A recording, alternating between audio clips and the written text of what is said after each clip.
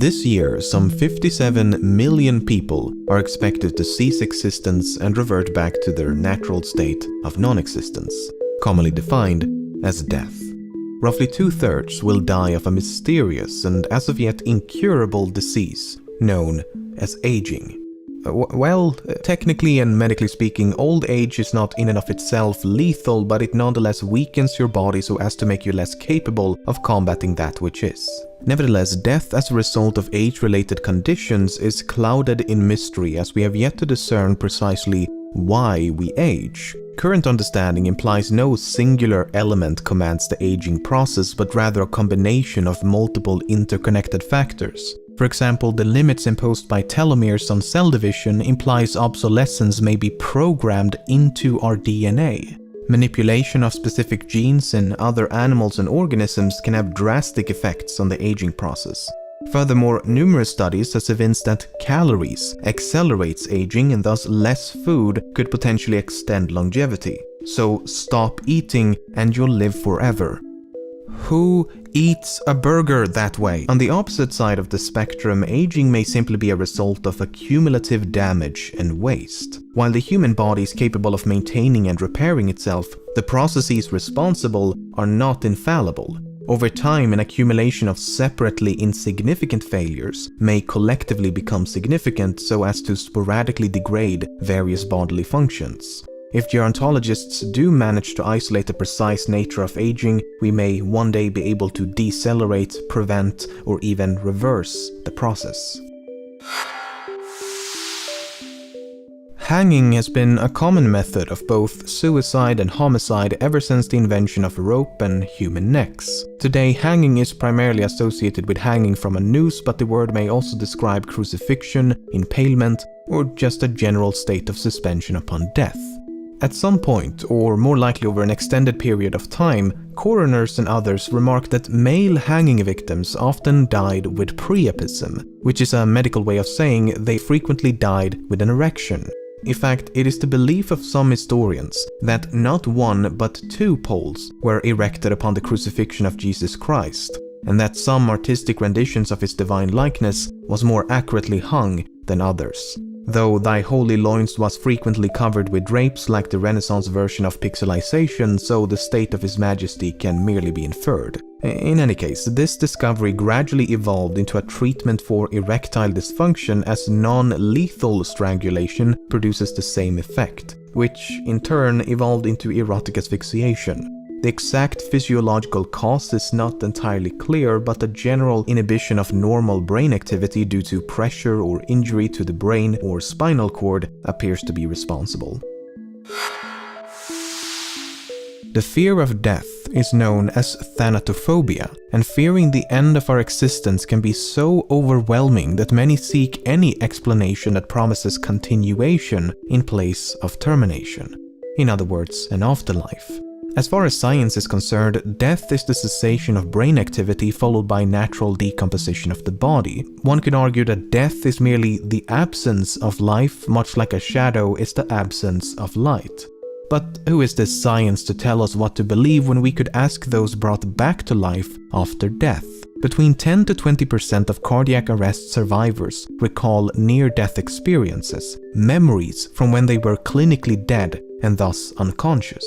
Revived persons often report similar experiences, such as a strong sense of peace, love, and happiness, the perception of one's dead body from an outside perspective, a review of one's life experiences, interactions with deceased loved ones or supernatural entities, and a light at the end of a dark tunnel.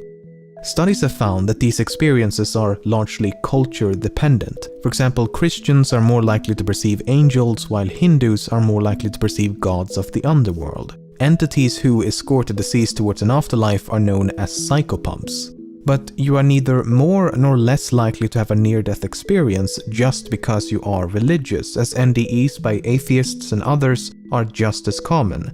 Many find comfort in these reports, as they may serve as affirmation of a life beyond, but it's worth pointing out that clinical death is not the same as what most of us perceive as death.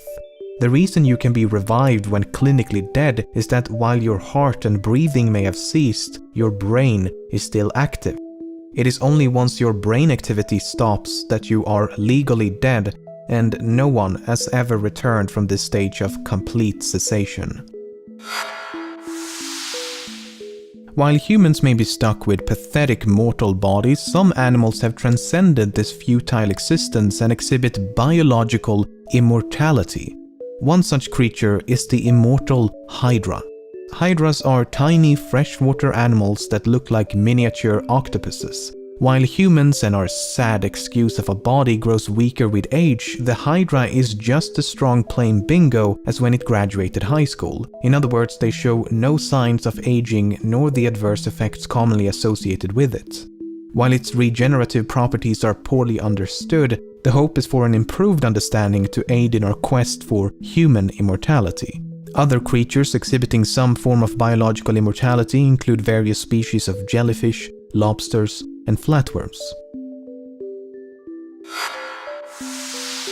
There's a unit of measurement known as a micromort. The name is a portmanteau of the words micro and mortality and measures the probability of sudden death in any given context. One micromort means the probability of death is 1 in 1 million. For example, approximately 1 out of every 150,000 skydiving attempts in the US result in death, which means that skydiving is rated at roughly 7 micromorts per jump.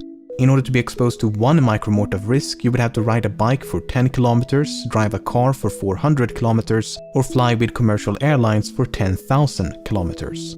Doing something as simple as getting out of bed at 90 years of age will expose you to a daily dose of over 300 micromorts. The deadliest job in America is said to be the presidency, which clocks in at a staggering 186,000 micromorts, which is why I decided to make videos on the internet instead. In most cultures, death is associated with a specific personification and commonly takes the shape of the Grim Reaper, a skeleton cloaked in a dark robe carrying a scythe used to reap the souls of the dead. But some ancient cultures personified death in a much less menacing fashion. For example, the ancient Greeks worshipped a god of death known as Thanatos. He was often depicted as a bearded man or a child with wings that merely guided the human soul into the afterlife. In other words, a psychopomp. The Egyptian god Osiris was depicted as a man with green skin and was more often revered than feared. This modern depiction of a menacing skeleton or demon can largely be attributed to the most devastating pandemic humanity has ever faced, the Black Death. This horrifying medieval plague may have reduced the European population by as much as 60% and consequently gave rise to a more dismal depiction of the Grim Reaper as to more accurately reflect the hopelessness and dismality of this plague.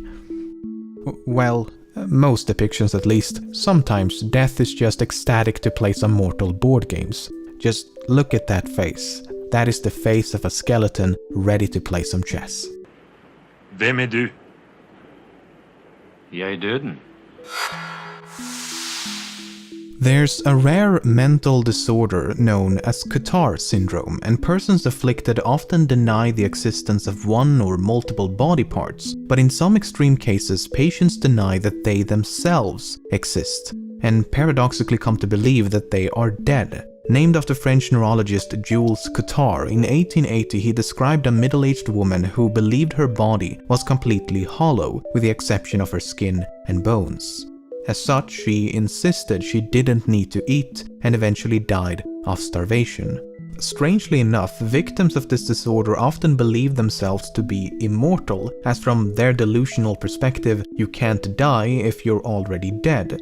Can't really argue with that logic. A more recent case from 2012 describes a man who, after suffering a stroke, grew convinced he was dead. He told his doctor, I guess I'm dead.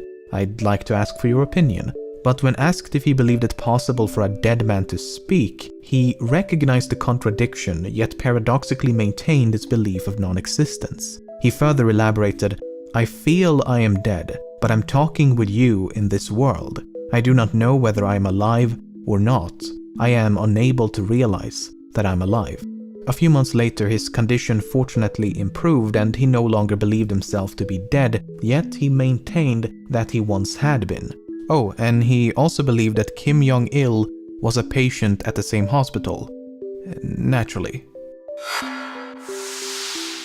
In 2007, a middle-aged man in Bosnia decided to fake his own death in an effort to uncover how many friends and family members would attend his funeral. Unfortunately for him, only one person attended his fake service, and that person was his mother. The thing is, this is a quite common fear because no one wants to die alone, and if no one attends your funeral, then that's likely to have been the case. Actually, I'm surprised there isn't a specific phobia for dying alone, so let's create one. Okay, thanatophobia is the fear of dying, and monophobia is the fear of being alone. So naturally, monatophobia is the fear of dying alone. Anyway, the fear of a lack of funeral attendees is so common that in the UK you can preemptively pay a company known as Rent a Mourner to have random persons attend your funeral and act as if they mourn your passing. In early 1921, an American named Thomas Bradford decided he was going to prove the existence of an afterlife. In order to realize such an impossible task, Bradford reasoned that the most logical course of action would be for him to commit suicide and then communicate the existence of an afterlife from beyond the grave. He began by publishing a newspaper advert in search for a spiritualistic accomplice that would remain alive and wait for the spirit of Bradford to return from the dead, thus undeniably ascertain a different plane of existence. A foolproof plan, or at least a woman named Ruth Doran thought so as she quickly responded to Bradford's advert. After a few meetings of what I can only imagine must have consisted of intense scrutinization of this ingenious plan, Bradford took his own life on the 5th of February 1921 with the full intention of returning to this plane of existence and relay any juicy details about the world beyond to his lively accomplice. A week later, Doran claimed she had actually been in contact with the ghost of Bradford, and this is some of what he had to say. "I am the professor who speak to you from the beyond. I have broken through the veil. I woke up and at first did not realize that I had passed on. I find no great change apparent. I expected things to be much different. They are not. Human forms are retained in outline, but not the physical. I have not traveled far. I am still much in the darkness. I see many persons. They appear natural. There is a lightness of responsibility here unlike in life. One feels full of rapture and happiness. Make of that what you will." As previously mentioned, a complete lack of brain activity is, according to modern medical science, the point of no return. Once your brain dies, there is no chance of revival. But some disagrees with this view of death and argues that as long as the brain is left intact, it should be possible to restore brain activity at a later date, at least theoretically. While no one has ever returned from complete brain cessation, it is plausible that future medical advances could allow for that to happen, and this mere plausibility is enough for some individuals to literally put their body on ice in the hopes that in the future they can be unfrozen and resurrected, a practice known as cryonics. The first person to be cryopreserved was an American by the name of James Bedford, who in 1967 died of cancer and was subsequently frozen. Over 250 individuals have since undergone this expensive procedure, and thousands more plan on joining them. The question is this a form of suspended animation or a freezer for corpses? In 2016, scientists successfully restored a frozen rabbit brain to near-perfect condition, demonstrating that sub-zero preservation is feasible. But the next issue is revival. While some microscopic animals have successfully been frozen, unfrozen, and revived, larger mammals like ourselves are significantly more complex. In any case, cryonics is currently one of the most plausible methods of escaping death. So while there is some tangible hope for the future to save us from the cruelty of non-existence, the present will, for the time being, remain a dystopian netherworld filled with pain, suffering, Denmark, death, and despair.